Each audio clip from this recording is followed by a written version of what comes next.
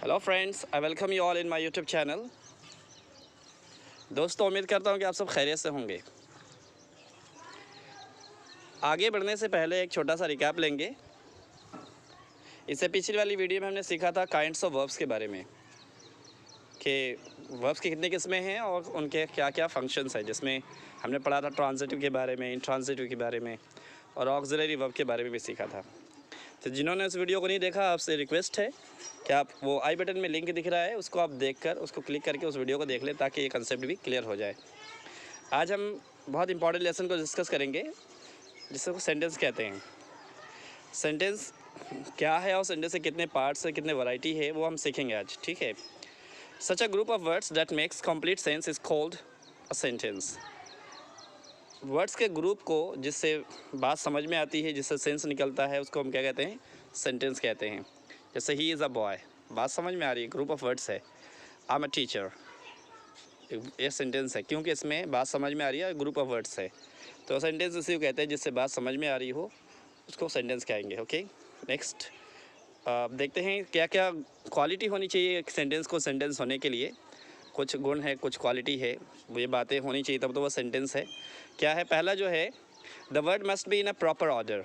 पहला जो है ना, वो वर्ड जो होगा सेंटेंस का, वो पूरा ऑर्डर वाइज होना चाहिए। मतलब ऑर्डर वाइज बोले तो पहला सब्जेक्ट, फिर वर्ब, फिर ऑब्जेक्ट। ऐसा नहीं हो सकता कि ऑब्जेक्ट की जगह वर्ब लगा दिया और वर्ब की जगह सब्जेक्ट लगा दिया, तो सेंटेंस बिल्कुल नहीं बनेगा, वो जंबल वर्ड्स बन जाएंगे, सेंटेंस नहीं बनेंगे। तो सेंटेंस को बनने के लिए उनका प्रॉपर ऑर्डर होना चाहिए। सब्जेक्ट की जगह सब्जेक्ट हो, वर्ब की जगह ऑब्जेक्ट वर्ब हो और ऑब्जेक्ट की जगह ऑब्जेक्ट हो। उसे the word must have a complete meaning, और उन सारे वर्ड्स का कंप्लीट मीनिंग, कुछ बात पूरी बात समझ में आती हो। समझ में आ गई बात, तो इसको बोलते हैं, तो वो सेंटेंस है। अगर पूरी बात समझ में नहीं आई तो वो सेंटेंस नहीं हुआ, वो फ्रेज़ होगा, ठीक है। The first word must begin with a capital letter, और पहला लेटर सेंटेंस का कैपिटल होना चाहिए।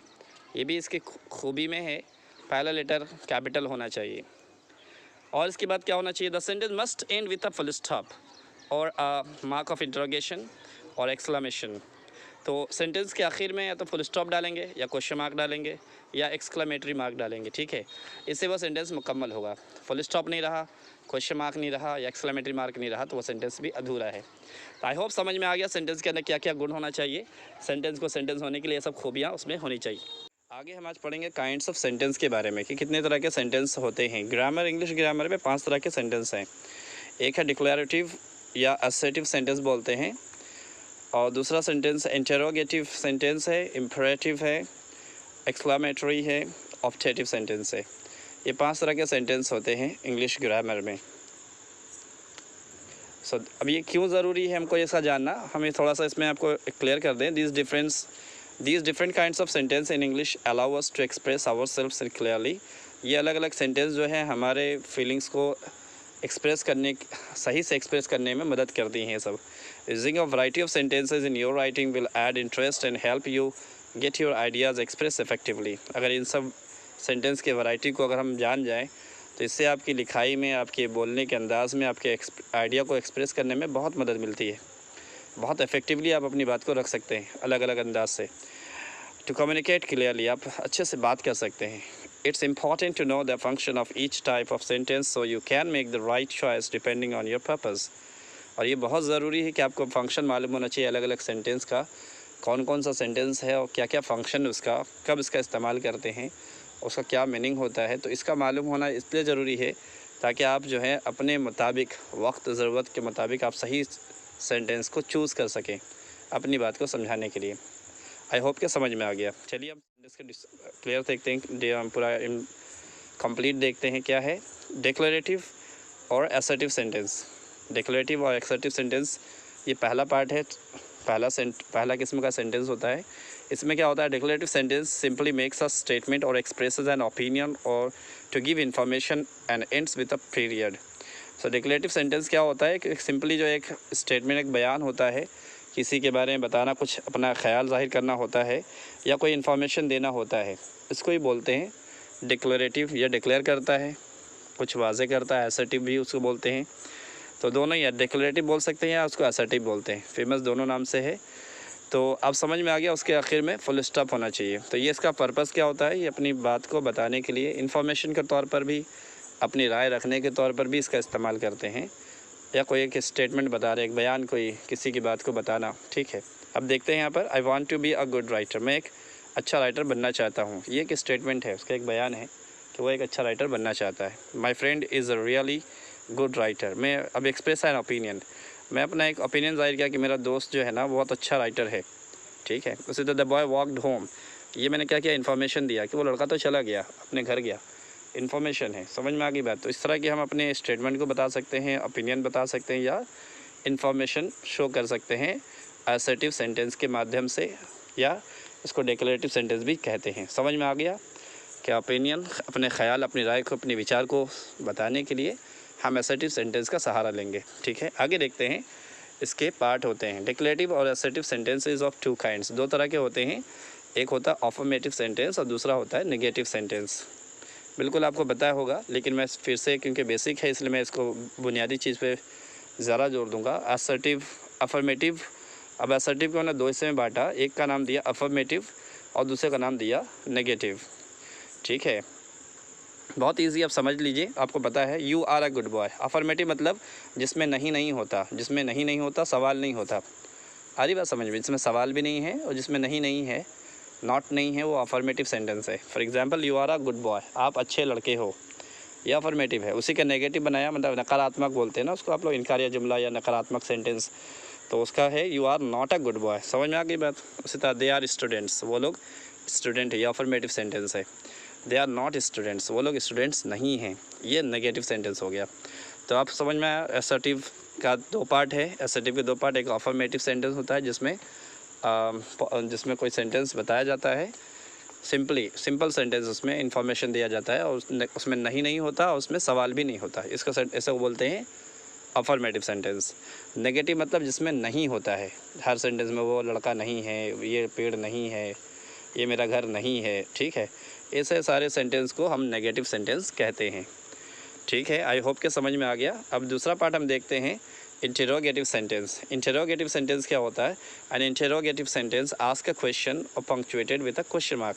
इंटरोगेटिव सेंटेंस क्या होता है? इसमें सवाल होता है और इसमें पंक्चुएशन होता है क्वेश्चन मार्क के जरिए, इसमें फुल स्टॉप नहीं होता, इसमें क्वेश्चन चिन्ह होता है, सवालिया चिन्ह होता है, पहचान इसमें सवाल है, तो इसको जो सवाल होता है उसको बोलते हैं इंटरोगेटिव।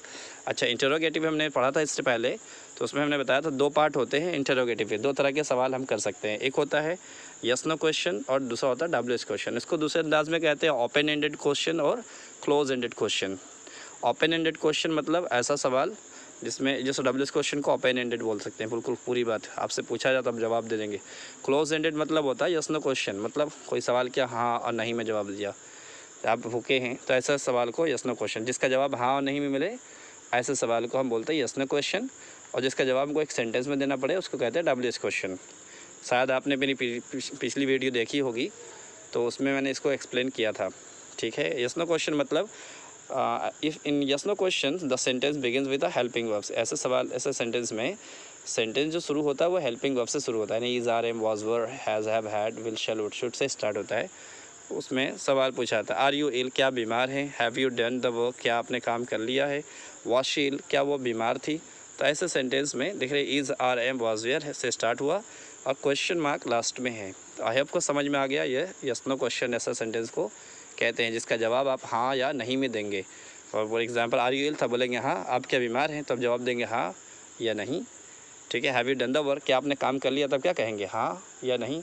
तो ऐसा ही सवाल जिसका जवाब हाँ या नहीं में दिया जाए, ऐसे सेंटेंस को यस नो क्वेश्चन कहते हैं। आई होप के समझ में आया। आगे देखते हैं डब्ल्यू एच क्वेश्चन से। डब्ल्यू एच क्वेश्चन क्या है? The W H question begins with W H word like who, what, where, where and why. तो डब्ल्यू एच क्वेश्चन ऐसा सेंटेंस है, ऐसा क्वेश्चन होता है जो डब्ल्यू एच वर्ड से शुरू होता है, जैसे कि हु, व्हाट, आप देख रहे हैं डब्ल्यू एच लगा ना शुरू में, तो ये डब्ल्यू एच वर्ड ऐसे सवाल को डब्ल्यू एच कहते हैं। अच्छा, इसको दूसरा समझने के डब्ल्यू एच क्वेश्चन ऐसे सवाल को भी कह सकते हैं जिसका जवाब हमको एक कंप्लीट आंसर, इसको कंप्लीट सेंटेंस में देना पड़े, हाँ और नहीं बोल के काम नहीं चलेगा। For example, why are you late, आप देर क्यों हैं, तो आप नहीं बोलेंगे हाँ, या आप नहीं बोलेंगे कि नहीं। क्या आप भूखे हैं, तो आप बोलेंगे हाँ या नहीं। लेकिन आपके अब्बू का नाम क्या पूछा तो आप हाँ नहीं में नहीं बताएंगे। तो ऐसा सवाल जिसका जवाब आप हाँ और नहीं में नहीं देंगे बल्कि एक पूरा एक सेंटेंस देंगे, ऐसे सेंटेंस को WH क्वेश्चंस कहते हैं। आई होप समझ में आ गया। वाई आर यू लेट, आप देर क्यों हैं। Where have you seen the lion, आपने शेर को कहाँ देखा था, ठीक है। और या आपने शेर को कहाँ देखा, समझ में आ गई बात। तो ये WH से शुरू होता है, इसमें आखिर में क्वेश्चन मार्क होता है। क्लियर हो गया। आगे देखते हैं। तीसरा सेंटेंस है इम्पेरेटिव सेंटेंस। इम्पेरेटिव सेंटेंस क्या होता है। Imperative sentence gives a command और मेक अ रिक्वेस्ट और गिव एडवाइस। इम्पेरेटिव सेंटेंस ऐसे सेंटेंस को कहते हैं जिससे कोई हुक्म साहिर समझ में आता है कि इससे क्या पता चला कोई हुक्म दे रहा है या कोई रिक्वेस्ट कर रहा है या कोई मशवरा दे रहा है ना। तो जिस सेंटेंस से आपको लगे कि ये कमांड है या ये एक रिक्वेस्ट है या कोई मशवरा है, ऐसे सेंटेंस को हम क्या कहेंगे, इम्पेरेटिव सेंटेंस कहेंगे। इसका जो सेंटेंस स्टार्ट होगा वो वर्ब से स्टार्ट होगा, मेन वर्ब से ही। आप देख लें, प्लीज़, मेहरबानी करके, रिक्वेस्ट है ये, प्लीज़ जहाँ आएगा वो समझ जाएंगे ये इम्पेरेटिव सेंटेंस है और ये रिक्वेस्ट वाला सेंटेंस है। प्लीज़ सिट डाउन, मेहरबानी करके बैठ जाइए। आपसे रिक्वेस्ट कर रहे हैं कि आप बैठ जाओ। उससे था get out of the room now, आप जल्दी से बाहर निकलो, get out of the room से बाहर जाओ। तो यहाँ पर गेट आउट से स्टार्ट हुआ, गेट आउट मतलब बाहर जाओ। तो ये वर्ब से शुरू हुआ है, तो ऐसा सेंटेंस को, ये हुक्म है, कमांड है। Don't move in the dark, अंधेरे में ना घुमा करो। तो ये भी एक हुक्म है कि आप अंधेरे में ना घुमा करो, ठीक है। समझ में आ गई बात। तो जो सेंटेंस से पता चल रहा है कि ये कोई हुक्म है या कोई रिक्वेस्ट है या कोई एडवाइस है, सिंपली वो सेंटेंस इम्पेरेटिव सेंटेंस का होता है। क्लियर हो गया। चौथा हम पढ़ेंगे इसमें आज एक्सक्लामेटरी सेंटेंस है। Exclamatory sentence, an exclamatory sentence is a sentence that expresses great emotion such as excitement, surprise, happiness and anger and ends with a exclamation mark. तो एक्सक्लेमेटरी सेंटेंस क्या होता है, एक ऐसा सेंटेंस होता है जो जिससे बहुत ज़्यादा इमोशन, फीलिंग्स का इजहार होता है, जिसमें आप ज़्यादा खुश होते हैं या बहुत ज़्यादा हैरान होते हैं या बहुत ज़्यादा गुस्सा है, नाराज़ होते हैं, जिससे आप बताते हैं। तो ऐसे सेंटेंस को जो ख़त्म होता है, ऐसे सेंटेंस के आखिर में एक्सक्लेमेटरी मार्क होता है। देख लें, एक्सक्लेमेटरी मार्क मतलब उल्टा आई। व्हाट अ ब्रेव बॉय, क्या ही बहादुर लड़का है। ये एक तारीफ़ के जुमले है ना, ये तो खुश, क्या बोलते हैं उसको, सरप्राइज़ की बात है। What a brave boy, what a fool I am, कितना बेवकूफ़ हूँ मैं, ये एंगर की बात है। और हैरानी की बात बोल सकते हैं, एक्साइटमेंट है। तो इसी तरह ब्रेव हो, यू हैव परफॉर्म्ड वेल, शाबाश तुमने बहुत अच्छा किया, ये खुशी की बात है। तो या एक्साइटमेंट की बात है। तो आप ऐसे सेंटेंस में जिसमें आपको खुशी या गम या आपको लग रहा है कि उसमें कोई गुस्सा नज़र आ रहा है या हैरानी नज़र आ रही है, ऐसे सेंटेंस को हम एक्सक्लेमेटरी सेंटेंस कहते हैं। क्लियर हो गई बात। चलिए माशाल्लाह। इसके पहचान क्या है, इसकी पहचान है कि लास्ट में एक्सक्लेमेटरी मार्क होता है। क्लियर हो गई बात। Next, very good. लास्ट है, हम ऑप्टेटिव सेंटेंस पढ़ते हैं। Optative sentence are sentences that expresses wishes, prayers और curses are called optative sentences. Optative sentence ऐसा सेंटेंस है जिसमें आपको क्या, इसमें कोई विश, कोई तमन्ना, कोई दुआ कर रहा या कोई बद्दुआ कर रहा, कोई आपके लिए प्रार्थना कर रहा है ना, ऐसे सेंटेंस को जिसमें कोई दुआ है, कोई प्रार्थना है, ऐसे सेंटेंस को हम कहते हैं ऑप्टेटिव सेंटेंस। या कोई आप पर लानत बद्दुआ कर रहा है तो भी ये ऑप्टेटिव सेंटेंस कहलाता है। फॉर एग्जांपल, इसका स्टार्ट होता है मे द किंग लिव लॉन्ग, है ना, खुदा जो है लंबी उम्र करे बादशाह की। मे गॉड ब्लेस यू, खुदा पर जो है रहम फरमाए। मे the Almighty help in this tragedy, वो महान बादशाह शक्तिशाली या अलमाइटी कादिर मतलब अल्लाह को बताते हैं, अल्लाह जो है आपकी इस दुखद घड़ी में मदद करे आपकी। तो आई होप समझ में आ गया। ऐसे सेंटेंस में जहाँ पर आपके लिए कोई दुआ है, कोई प्रार्थना है, ऐसे सेंटेंस को हम कहते हैं ऑप्टेटिव सेंटेंस। क्लियर हो गई बात। तो अब चलिए अब एक्सरसाइज की तरफ। यहाँ पर एक्सरसाइज नंबर 1 है, rewrite his sentences in sentence correctly, also say whether the sentence is assertive, interrogative, exclamatory और इम्पेरेटिव सेंटेंस। ओके, सो ये सेंटेंस को आप देख लें, उसको सही करें, फिर उसके बाद उसको बताएं कि ये कौन सा सेंटेंस है। For example, how hot the sun is, तो आप बनाएंगे हाउ, एच कैपिटल होना चाहिए, how hot the sun is का साथ, इसके साथ जो है एक्सक्लेमेटरी मार्क होना चाहिए, क्योंकि ये जो है एक हैरानी की बात है कि आज वाकई बहुत ज़्यादा सूरज बहुत गर्म है। एक्सक्लेमेटरी सेंटेंस है, ठीक है, गुस्से की बात यहाँ पर है, सूरज की गर्मी की बात हो रही है, ठीक।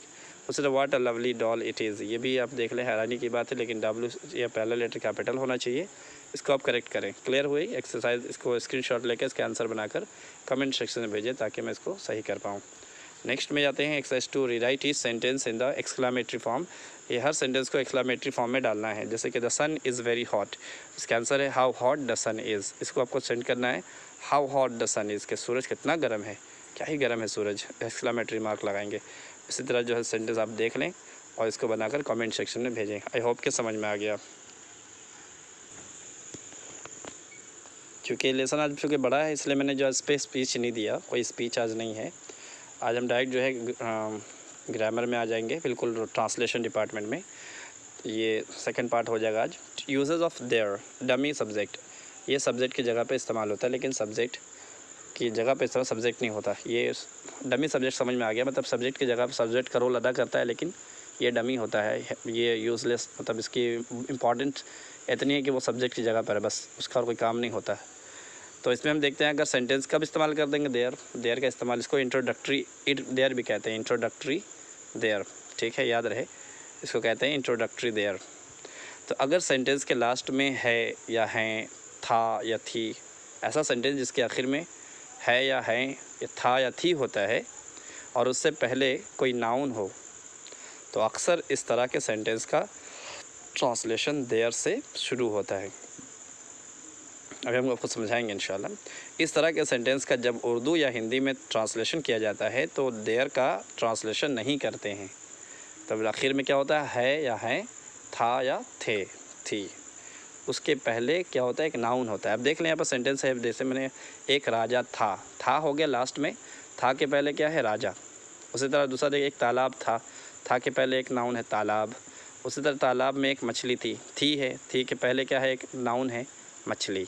तो ऐसा सेंटेंस जैसे मेरा भाई ईमानदार था, तो ईमानदार क्या हुआ, यहाँ पर नाउन है, ठीक है। उसी तरह वो लोग पेड़ पर चिड़िया थी, पेड़ थी के पहले चिड़िया, समझ में आ रही बात, चिड़िया नाउन है। तो यहाँ पर है या हैं, था या थी के बाद अगर कोई नाउन आता है तो ऐसे सारे सेंटेंस को हम देयर से बनाएंगे। क्लियर हो गई बात। सो एक राजा था, देयर वॉज अ किंग। एक तालाब था, देयर वॉज अ पॉन्ड, तालाब में एक मछली थी, there was a fish in the pond. और रूल क्या है इसका, पहले हम देयर लगाएंगे, उसके बाद according to sentence is, are, am, was, were का इस्तेमाल करेंगे, उसके बाद सब्जेक्ट लगाएंगे, उसके बाद ऑब्जेक्ट लगाएंगे। क्लियर हो गई बात। आई होप कि समझ में आया। आगे सेंटेंस देखते हैं। ये आप स्क्रीनशॉट लेकर के 18 क्वेश्चंस हैं, आप इसको बनाकर कमेंट सेक्शन में भेज दें ताकि मैं इसको सही से रिप्लाई कर पाऊँ। माशाल्लाह। Next moves to the vocabulary and word stock part पे। यहाँ पर नई मीनिंग्स हम सीखेंगे आज। नई मीनिंग्स में 10 मीनिंग आज यहाँ पर है। अपीयर आउट ऑफ नोवेयर, अचानक हाजिर होने को बोलते हैं appear out of nowhere. Take up arms, हथियार उठाना। इन द 11th आवर, आखिरी वक्त में। Pour oil on the flames, आग में घी डालना। रेज द रूफ, घर सर पर उठाना। प्ले विथ फायर, आग से खेलना। वाइप ऑफ द मैप, नामो निशान मिटाना। पिक अप वंस ईयर्स, कान खड़े करना। A shot in the dark, अंदाजे की गोली। स्टेप बाय स्टेप, धीरे धीरे। ये रहे 10 मीनिंग आपके। आप इसको याद करें, नोट डाउन करें, कॉपी में लिखें और यूज़ करें सेंटेंस में। आगे देखते हैं last of it, pronunciation section में हम आते हैं। इसमें आज हम सीखेंगे साइलेंट डब्लू जो है यहाँ पर साइलेंट वर्ड है। W is silent when, W is, इसको डब्ल्यू कहते हैं, डब्ल्यू, तो साइलेंट डब्ल्यू। तो W is silent when it comes before R. W जो है जब साइलेंट होता है जब ये आर से पहले इस्तेमाल होता है। आर से पहले अगर डब्ल्यू इस्तेमाल किया तो डब्ल्यू की आवाज़ ख़त्म हो जाती है, आर की आवाज़ निकलेगी, ठीक है। जैसे कि हम देख लें यहाँ पर रैप, क्या पढ़ेंगे, यहाँ पर डब्ल्यू की आवाज़ साइलेंट है, क्या पढ़ रहे हैं, रैप माने लपेटना। समझ में आ गई बात जी। आगे आते हैं, नेक्स्ट वन है रिंकल। अब वरिंकल नहीं पढ़ेंगे इसको, वरिंकल नहीं, बल्कि क्या पढ़ेंगे, रिंकल, झुर्रियाँ, चेहरे पर झुर्रियों को बोलते हैं रिंकल, ठीक है। क्या पढ़ेंगे, wrinkle. Clear. Next comes wrist. इसमें रिस्ट में डब्लू नहीं पढ़ा जा रहा, आर पढ़ा जाएगा। तो समझ में आ गई बात। रिस्ट माने कलाई होती है, देख लें इसे। नेक्स्ट वन कम्स रेसल मतलब होता है कुश्ती, ठीक है, कुश्ती, देख लें इसको भी। ये सब बोलें, क्या बोलेंगे, रेसल, डबल यू उसमें साइलेंट है। नेक्स्ट राइट, राइट में W साइलेंट है, राइट बोल रहे हैं हम लोग, राइट मीन्स लिखना। उसी तरह है रेक, रेक के माने होता है destruction of a ship by sinking और ब्रेकिंग अप, समुद्री जहाज़ का डूब कर बर्बाद होना या टूट कर बर्बाद होने को रेक बोलते हैं। क्लियर है, रेक। उसी तरह जो है रेंच, रेंच माने होता है ट्विस्ट करना, मोड़ना, ऐंठना भी होता है। रेंच माने वो आपने देखा होगा रेंच जो जिससे नट बाल्टू को टाइट करते हैं, उसको भी बोलते हैं रेंच। क्लियर है, क्या पढ़ेंगे, wrench. Next comes wriggle, wriggle means होता है लहराना, to twist one's body to and fro, आगे पीछे अपने बदन को मोड़ना या लहराना, wriggle, wriggle. Okay. Next comes wreath, wreath मतलब होता है फूल का फूल का हार बोल सकते हैं उसको, ठीक है। एक रिंग शेप में बनता है रीथ, जो आप देखेंगे शहीद के पर डाला जाता है, फूलों की माल, हार गोल वाला होता है। रीथ क्या पढ़ेंगे, रीथ, रीथ। यहाँ पर भी W साइलेंट है क्योंकि R से R के पहले आया है, इसलिए W साइलेंट है। Next comes wrong, wrong, wrong में W R से पहले आया है, इसलिए W साइलेंट है और हम पढ़ेंगे रॉन्ग, ठीक है। आई होप कि आपको समझ में आया। थैंक्स फॉर वॉचिंग, और अगर पसंद आया तो उसको सब्सक्राइब करें, अपने दोस्तों को शेयर करें और कमेंट सेक्शन में ज़रूर बताएं कि आपको ये वीडियो कैसा लगा। Thank you very much. See you again in next time, next video.